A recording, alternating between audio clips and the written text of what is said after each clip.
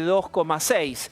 Resultó curioso porque ayer el propio presidente Macri en una entrevista radial había dicho está bajando la inflación y a todos nos hizo sospechar que el propio presidente ya tenía la información de que al menos iba a empatar la de diciembre. Entonces resultó extraño que hoy fuera unas décimas más alta y unas décimas juegan. Pues si son 3, son 4, son 2 más arriba, pero vos multiplicá por 12 y anualizá. Está cerca de los 50. Es difícil, es un año de elecciones. Y vos decís, bueno, pero no está tan mal, se tiene que amesetar y tiene que ir bajando. Eso es lo que deseamos verdaderamente todos, pero tengan en cuenta que mañana mismo aumentan los transportes, el subte, el colectivo y el tren, de manera tal que ahí tenés también factores que van a traccionar fuerte sobre la inflación, como ya pasó este mes con los aumentos que hubo. Vamos a charlar la primera parte de economía aquí y de este número de la inflación y de qué puede pasar. Está Bianca Payaro con nosotros. Hola, Bianca. ¿Cómo estás, Diego? Daniel Santa Cruz. Gracias, Diego. Dani. Graciela Romer. Hola, ¿cómo estás? Muy bien, gracias por estar acá. Está con nosotros, la primera vez que visita Terapia de Noticias, es un honor. Está Héctor Rubini, que es economista e investigador de economía en la Universidad del Salvador. Gracias por venir. Gracias por invitarme. Vemos un informe y charlamos con vos. Dale. La tormenta económica que hubo que soportar en el 2018 fue muy fuerte, pero no suficiente para voltear al gobierno. Después de las turbulencias que hemos enfrentado juntos el año pasado, hoy es el momento de volver a poner el foco en el desafío del crecimiento. Y cuando muchos confiaban en este 2019 y empezaban a cerrar el paraguas, Siempre que llovió paró. aparecieron los datos de inflación de enero. 2,9%. Año nuevo, viejos problemas. En términos comparativos, estuvo por encima del índice registrado en diciembre y por encima, inclusive, de las previsiones de algunas consultoras privadas. Incidieron con dureza los aumentos en servicios públicos anunciados en diciembre pasado. Ha sido duro el año pasado, pero que hoy ya está empezando a bajar la inflación. En este contexto, y antes del impacto que generó el número de la inflación, Mauricio Macri planteó nuevas reglas de juego tributarias que alivian a las economías regionales. Ningún empleador va a pagar impuestos al trabajo por empleados que cobren hasta 17.500 pesos. Este beneficio va a mejorar la situación de 200.000 trabajadores en todo el país y 19.500 empresas. Y con esta medida van a tener un incentivo para dar más empleo. ¿Logrará el gobierno bajar la inflación y afrontar las elecciones con otro aire? Bueno, Héctor, ¿esperabas, no sé si ustedes tienen ahí alguna medición, esperabas esto y tu apreciación? Nosotros esperábamos una inflación para este mes en torno del 2,6-2,7%. No descartábamos una inflación más alta. Sí nos sorprendió el número, 2,9, prácticamente 3. Es bastante más alto, no solo de todas las consultoras, sino de la expectativa general que había en diciembre y hasta, podríamos decir, hasta ayer. Ha tenido una importante incidencia la suba de las tarifas, la suba de los servicios, el transporte. Pero me preocupa mucho, mirando para el futuro y la tendencia, la suba de los alimentos. Como bien marcaba acá en la introducción, está en torno del 49% anualizado punta a punta enero contra enero del año pasado, pero la suba de los alimentos es 53,1%. Entonces esto está, digamos, configurando una dinámica que está bastante lejos de una estabilidad que uno pudiera decir, bueno, está al alcance de la mano al fin del primer trimestre o mayo a más tardar, con una buena cosecha de la soja y un cambio de humor en el interior del país y en el Gran Buenos Aires. Creo que esto, sumado a la suba que mencionabas de transporte a partir de mañana, le pone un piso a la inflación bastante por arriba del 2,7. Rubini, la suba de alimentos está focalizado mucho en todo lo que tiene que ver con ganadería y tambo, digamos, lácteos, carne, vacuna. Mientras Santa Cruz habla, ustedes van a ver lo que más impactó en la inflación. Pero ahí está desagregado. Subió mucho la carne y subieron mucho los lácteos. ¿Cuánto de esto hay de algo estacional, digamos, que puede marcar una tendencia que después se puede equilibrar? Puede ser, es estacional, siempre en el verano, enero, febrero sube. Me llama la atención que todavía no impactó tanto en el índice la suba de frutas y verduras que se está viendo en estos últimos días, sobre todo en Capital Federal. Creo que esas subas no van a detenerse muy fácilmente.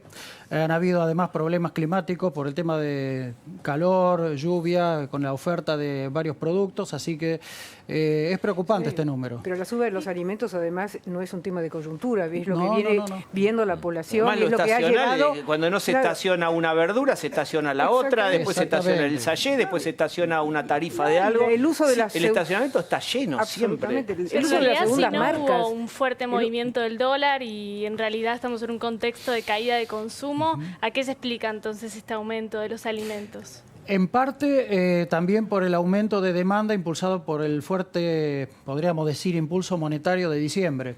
En diciembre, tanto por la finalización de la política de utilizar las LEVAC como instrumento monetario, como también la necesidad de pagar sueldos, aguinaldo en el sector público, también algún aporte para planes y para asistencia a la población de menos recursos, tuvimos el mayor salto de emisión monetaria de todo el año, 170.000 millones de pesos. Entonces eso no se digiere en la economía sino vía gasto y aumento de precios. Lo que me preocupa es que es el segundo mayor salto de emisión monetaria del año pasado, el previo fue el de agosto, 140.000 millones de pesos, que también tuvo impacto en los precios en septiembre-octubre. Por eso yo creo que es muy difícil que la inflación perfore el piso del 2,5 o 2,6 mensual para febrero y marzo. Además se nos viene el inicio de las clases, Sí, claro. el cambio de temporada y después va a venir el impacto adicional de la desregulación de los servicios de medicina prepaga. Esa proyección de 28, 29 puntos de inflación para este año es imposible que se cumpla, de acuerdo a estas Espera, no le lleves una flor al cementerio al número. Esperá, No, pero Santa Cruz, digo, no sí. no se apuren en enterrar. Sí, si vos te gastaste en enero casi 3%, quiere decir que te quedan 11 meses para colocar 27 puntos de inflación. Si dividido 11, yo ya lo hice en casa, te da 2,45. Quiere decir que para que vayas bien, el mes que viene te tiene que dar el INDEC 2,45 de 2. Con todos estos aumentos de tarifas, ya, viste, se te va inclinando la cancha. 23% lo que dice el presupuesto nacional. 28, 29 son los que dicen las estimaciones privadas. Ahí hay 6 puntos para jugar. Pero el presupuesto, la inflación oficial que estima el gobierno es de 23%. Y la velocidad en curso es mayor, porque enero contra enero dio 43. Pero esto es si vos sos un gobierno que considera que la inflación está 49, buena. El kirchnerismo 49,3. decía, la inflación es mucho mejor que el silencio de los cementerios. Así ¿Se es. acuerdan cuando decía que? Entonces decía, bueno, hay inflación, pero hay actividad, la gente tiene plata. Había una cosa que se podía recalentar, que los motores también se rompen por recalentamiento. Ahora, cuando les decías eso, te decían, pero también se rompen por enfriamiento, que podría ser inflación y recesión, baja de actividad. Ese es Vamos a la el- actividad también. Totalmente de acuerdo. ¿Vos creés que se puede levantar algo la actividad? Es muy difícil. Con este programa en curso que tenemos, podríamos decir, casi establecido por un acuerdo con el Fondo Monetario, es muy difícil. Es muy difícil. Hay una meta de crecimiento cero de base monetaria sin estacionalidad planteado de golpe a partir de octubre. Déficit primario cero y con altas tasas de interés para que el mercado no se vaya al dólar. Pero mientras tanto están subiendo las tarifas, mientras tanto hay que ajustar salarios, mientras tanto hay inercia inflacionaria en los contratos salariales y de alquileres. Entonces, las empresas y las familias están como sometidas a una doble presión de suba de costos, baja de ventas, y es muy difícil sobrevivir si vos tenés una empresa que estás, decíamos los alimentos, ¿no? Con cadenas de frío, subir, bajar, poner más o menos mercadería en el mostrador. ¿Cómo haces para no perder capital de trabajo cuando te va subiendo la luz y los alquileres? Tenés que subir los precios. Ahora, si todos hacemos lo mismo, Ahora, corregime imposible que baje la inflación. desde la lectura, digamos, de la sociología y no de la economía. Lo que me parece que este es un gobierno que no no está convencido de que el crecimiento venga necesariamente a partir de la estimulación del consumo, sino a través de la estimulación del consumo vía producción y consumo, ¿no? Dándole de comer de alguna manera y generando condiciones para ese 90% de pymes que explica realmente la economía de este país. Me da la sensación de que acá hay una idea de generemos condiciones de restricción y de emprolijamiento realmente de lo macroeconómico para que en una segunda etapa realmente tengamos, digamos, crecimiento genuino. Lo que pasa es que en el mientras tanto, a mí me asusta mucho cuando hablamos, yo voy al supermercado y veo, miro y observo y veo realmente cómo los precios van variando y cómo come la gente. Cuando mira qué es lo que más se consume, la gente está comiendo carbohidratos, sobre todo la gente bajos recursos. Entonces estamos subalimentando a la población y sobre todo a la población de niños menores de 5 años, ¿no? Dijiste muchas cosas, quiero tomar lo primero. Lo primero es las dos fases. La fase primero de acomodar la macro y después de que el consumo sea secundario y demás. ¿Estarías de acuerdo con eso? ¿O qué plan creíble, alternativo a la situación actual o al plan actual crees que es viable y no pensamiento mágico? Es un año difícil para hacer cambios. Hay elecciones.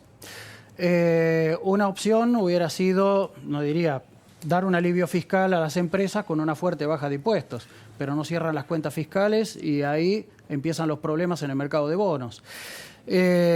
La otra alternativa hubiera sido, bueno, bajemos fuerte el gasto público, ok, pero si uno despide personal, ¿cómo hacer para reubicar personal en el sector privado y crear rápidamente vacantes laborales, por lo menos en los conurbanos? No dan los tiempos. No. Es decir, estamos pagando las consecuencias de la crisis cambiaria del año pasado. Es decir, una crisis cambiaria en la que se ingresó en gran medida por exceso de confianza, también de soberbia, y después un mal manejo que llevó rápidamente, yo creo que por un efecto susto, de miedo o pánico en la segunda semana de mayo, a buscar rápidamente el acuerdo con el Fondo Monetario. Y el Fondo Monetario aplica el plan de toda la vida, es decir, es el programa de ajuste clásico de contracción monetaria, contracción fiscal y ver si se estabilizan los precios y se va a un tipo de cambio más alto. Tipo de cambio real más alto que acá todavía no lo vemos. Entonces, las empresas, y no solo las de mercado interno, sino las medianas grandes, tienen problemas tanto para exportar como para vender al mercado interno. Y esto es un problema central en este programa que está en curso con el Fondo Monetario, porque si la economía argentina no crece y no genera dólares, ahí viene la pregunta que muchos están haciendo desde el año pasado. ¿Cómo pagar los vencimientos pesados de la deuda entre los años 2022, 23 y 24? Que es cuando hay que devolver el núcleo de estos 57.000 millones que Pero no se esperan cosechas récord ahora del campo, no van a entrar miles de dólares, miles de millones de dólares, producto de las cosechas, las exportaciones del campo, la cosecha de trigo, la cosecha de soja. No necesariamente. Las exportadoras tienen hasta 10 años para liquidar las divisas. Y aparte las divisas son de ellos, no son del gobierno. El que se endeudó es el gobierno. Entonces el problema es fiscal acá. Acá, digamos, hay un problema de reconfiguración de la política fiscal que habrá que definirlo rápidamente y también de la política monetaria porque no es otra cosa que más expansión monetaria con un gran salto en los meses de diciembre todos los años que estamos viendo desde el 2008 hasta ahora. Héctor, estamos con el paciente delante, todos más o menos hay una coincidencia, no hay una coincidencia total, pero vos sos el especialista invitado hoy y lo que da es un diagnóstico complicado. Si a vos te dan el bisturí o te dan las herramientas médicas a tu disposición, ¿qué harías o qué plan alternativo hay? Digo, yo no quiero jugar a volvamos a antes de la corrida del año pasado, demás. Sí. Ahora, ¿qué se puede hacer alternativo? ¿Decís, hay? A mi juicio muy poco. A mi juicio muy poco. No dan los tiempos. Hay una restricción política aquí central, además. Se está jugando la reelección o no del presidente. Se está jugando el retorno o no al populismo de la década pasada. Es decir, entonces no hay márgenes de tiempo para ponerse a hacer experimento, prueba y error. No te quiero mencionar a Guillermo Moreno, que en aquel spot que parece Rocky haciendo running antes de Iván Drago, que no sé quién será Iván Drago, porque él es amigo de Trump, digamos, apoya a Trump. Es notable, pero cuando dice hay que bajar las tarifas, van a ser razonables, vamos a ponerle dinero en el bolsillo a los argentinos, uno quisiera creer que es posible. Ahora, yo te pregunto a vos, ¿es posible eso? volver para atrás? Posible, es posible. Lo que no es evitable son las consecuencias. En un año o dos vamos a tener otra crisis cambiaria como la del año pasado. Lo hemos visto en los 80, además. Esto es historia repetida. Ya lo aprendemos en la facultad cuando somos estudiantes. Este es nuestro primer bloque optimista de terapia de noticias. En un breve... Cerrá con algo lindo. Ahora vamos a ver fotos del perro de Graciela Romer. Van a ver cómo es como dialogamos con mi perro. No, pero yo quiero... Hay un relativo optimismo. Vos decís volver para atrás. La condición política de volver para atrás es una elección donde gane el kirchnerismo. ¿Correcto? Yo lo veo muy difícil. Pero la alternativa cierta es que se abra esa tercera vía y que esa tercera vía se convierta en una realidad. Difícil también, pero es una alternativa. Esa tercera vía no implica volver al populismo, me parece a mí. ¿O vos crees que sí? Porque yo la pregunta que te quería hacer es si esa liquidación de divisas está vinculada a las expectativas de los diferentes tipos de escenarios que pudiera haber. O sea, ¿gana Cristina o gana, digamos, una alternativa opositora, La Baña, por ejemplo? Sí. Bueno, sí, ¿vos qué pensás? Correcto, ahí estoy de acuerdo. Lo que no es claro es esa avenida del medio, qué programa está definiendo y qué tiene para ofrecer. Pero por eso no es obligatorio, digamos. No, un River Boca entre... no es obligatorio retrotraer al populismo, digo, ¿no? Necesariamente. Sí. Bueno, muy bien. Te agradecemos muchísimo, te volveremos a invitar, pues la economía es tema en Argentina, como todos sabemos, así que próximamente en la misma pantalla. Bueno, vamos a hacer un breve corte. Hoy tenemos un programa con bastantes temas de actualidad, así que vamos a hacer un